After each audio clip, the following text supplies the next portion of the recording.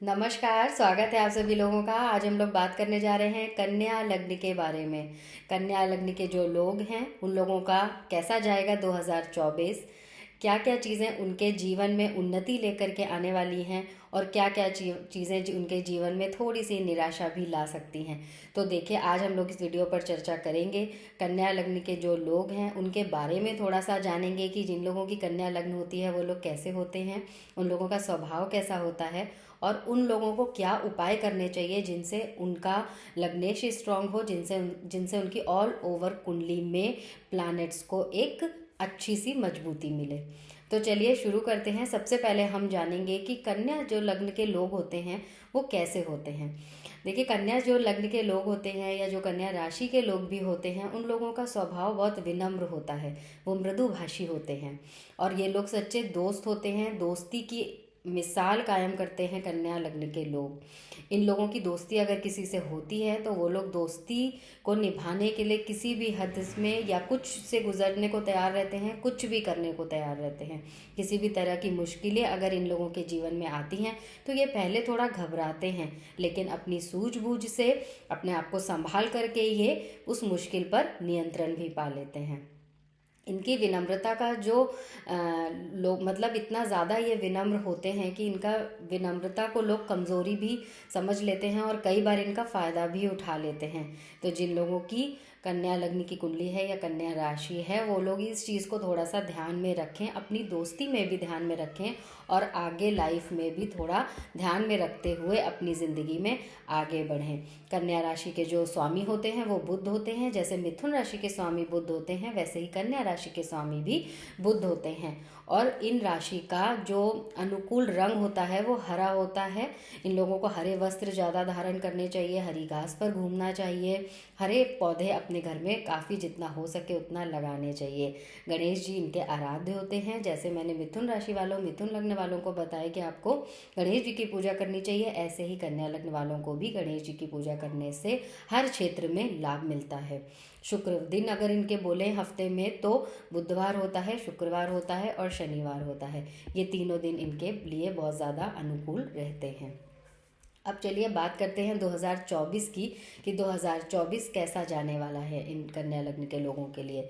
तो इस वर्ष आप कन्या लग्न के जो लोग होंगे वो उन्होंने जो भी परिश्रम अब तक किया है, पिछले साल कर रहे थे, उनको इस साल उस चीज़ से लाभ मिलने वाला है या परिश्रम से सफलता मिलने वाली है। आपके सेवेंथ हाउस में राहु हैं, तो सेवेंथ हाउस जो है आपके राहु, सेवेंथ हाउस बिजनेस का होता है। तो बिजनेस में थोड़ा सा आपको उतार चढ़ाव देखने का योग बनता हुआ नज़र आता है। तो बिजनेस में आप कोई नया पार्टनरशिप अभी ऐड मत करिए। अभी आप जिसके साथ काम कर रहे थे उसके साथ भी आपको थोड़ी सी सतर्कता बरतनी पड़ सकती है।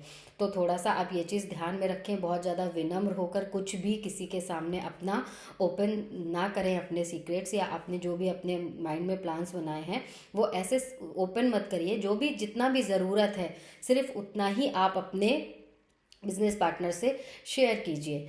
और कोई नया व्यापार अगर आप सोचने की करने की सोच रहे हैं तो अभी इस समय में आप मत शुरू करिए व्यापार को।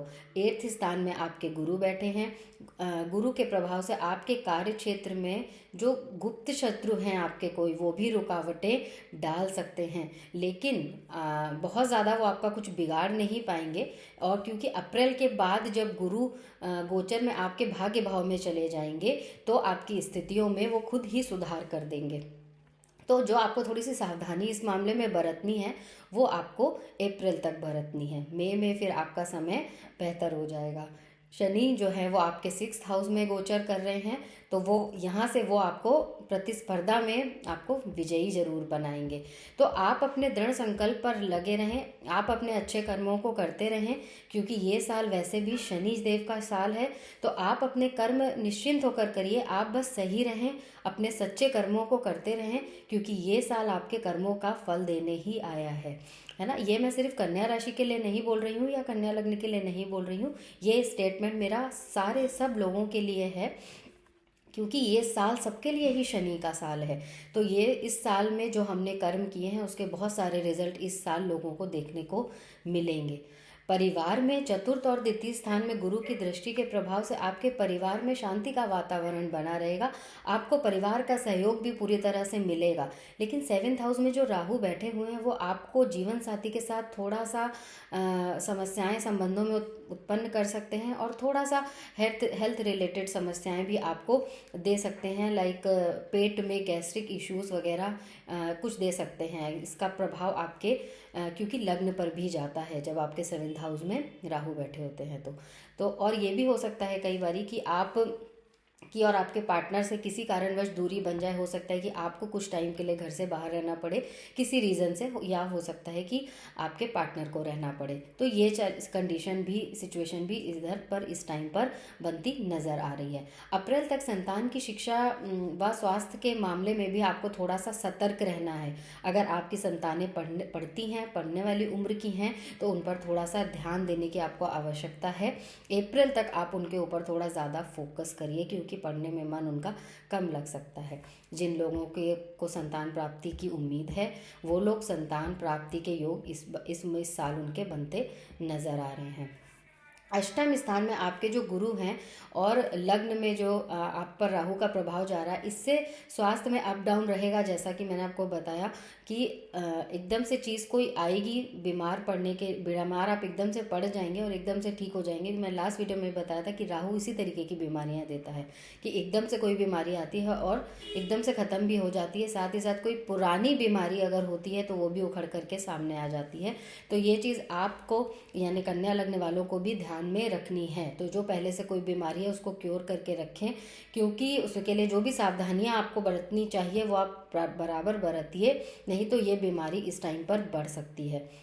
जब अप्रैल के बाद मई में गुरु वहाँ से आपके नवम भाव में चले जाएंगे तो पंचम दृष्टि वहाँ से वो आपके लग्न पर पड़ेगी।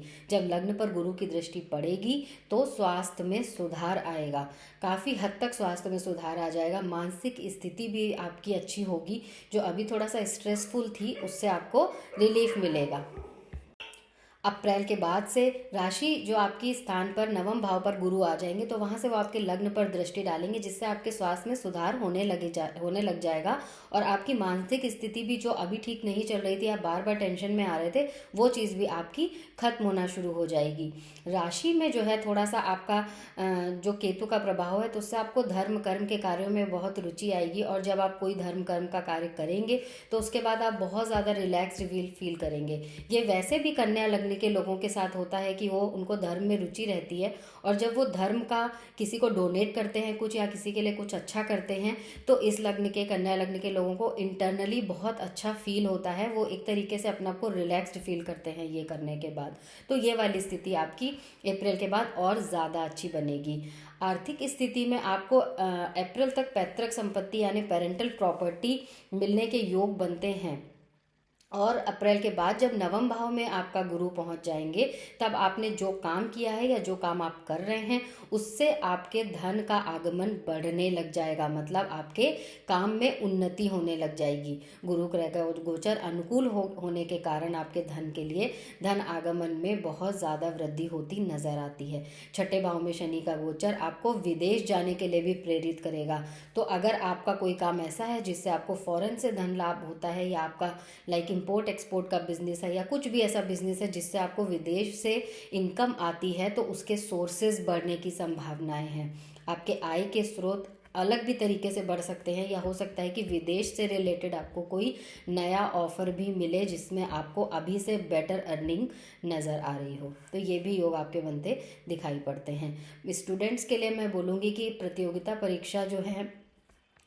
परीक्षा के लिए आपका ये वर्ष बहुत ज़्यादा आपके लिए शुभ रहने वाला है। छठे स्थान में क्योंकि शनि है, और छठा स्थान प्रतियोगी परीक्षा का ही होता है, आपके कंपटीशन का होता है, जो आप जॉब्स के इंटरव्यू वगैरह देते हैं उसका होता है। तो इसके प्रभाव से आपको इन सब क्षेत्रों में सफलता मिलने के योग पूरे बनते हैं। विदेश जाना चाहते हैं अगर हायर स्टडीज़ के लिए, तो विदेश भी आप जा सकते हैं। बहुत अच्छा अनुकूल समय है। इस वर्ष आपकी कोई ऐसी इच्छा पूरी हो सकती है जो आप बहुत टाइम से सोच रहे थे अपने मन में, वो इच्छा इस वर्ष आपकी गणेश भगवान पूरी करने वाले हैं। केतु के प्रभाव से आपकी आध्यात्मिक शिक्षा, जैसे मैंने बताया, आध्यात्मिक कार्यों में जो रुचि बढ़ेगी, उसके साथ साथ हो सकता है कि आप कोई आध्यात्मिक शिक्षा भी गहन करेंगे, मतलब उसका भी अध्ययन कर सकते हैं, कोई धार्मिक बुक रीड करना शुरू कर सकते हैं, जिससे आपको धार्मिक ज्ञान की प्राप्ति होगी, क्योंकि पंचम भाव पर भी इसका इफेक्ट आ रहा है। तो ये चीज़ें आपकी लाइफ में हो सकती हैं जो आपको आगे जा कर के आपके धार्मिक और आध्यात्मिक जो आपका नेचर है उसको इम्प्रूव करने में आपकी मदद करेंगी, और आप अंदर से खुद से भी बहुत अच्छा फील करेंगे। तो सेहत को लेकर के आपको थोड़ा ध्यान रखने की ज़रूरत है। अप्रैल तक खासतौर से आप बहुत ज़्यादा ध्यान रखें, उसके बाद आपकी परेशानियां जो पिछले साल से आपको परेशान कर रही हैं वो कम हो जाएंगी। तो ये थोड़ा सा आप ध्यान रखिए। पार्टनरशिप का आप ध्यान रखिए, बिजनेस का थोड़ा ध्यान रखिए। कुल मिलाकर के अप्रैल तक आपको थोड़ा संभल कर रहना है। बाकी इसके बाद आपके सिचुएशन अच्छी होने लग जाएगी, आर्थिक सिचुएशन भी आपकी अच्छी होगी, और बाकी रिलेशनशिप भी आपके बेटर होने नज़र आते हैं कि आपके बेटर हो जाएंगे। कुल मिलाकर के आपका ये वर्ष अच्छा जाने वाला है। कन्या लग्न वालों के लिए बहुत ज़्यादा सफलता का समय है, उन्नति का समय है।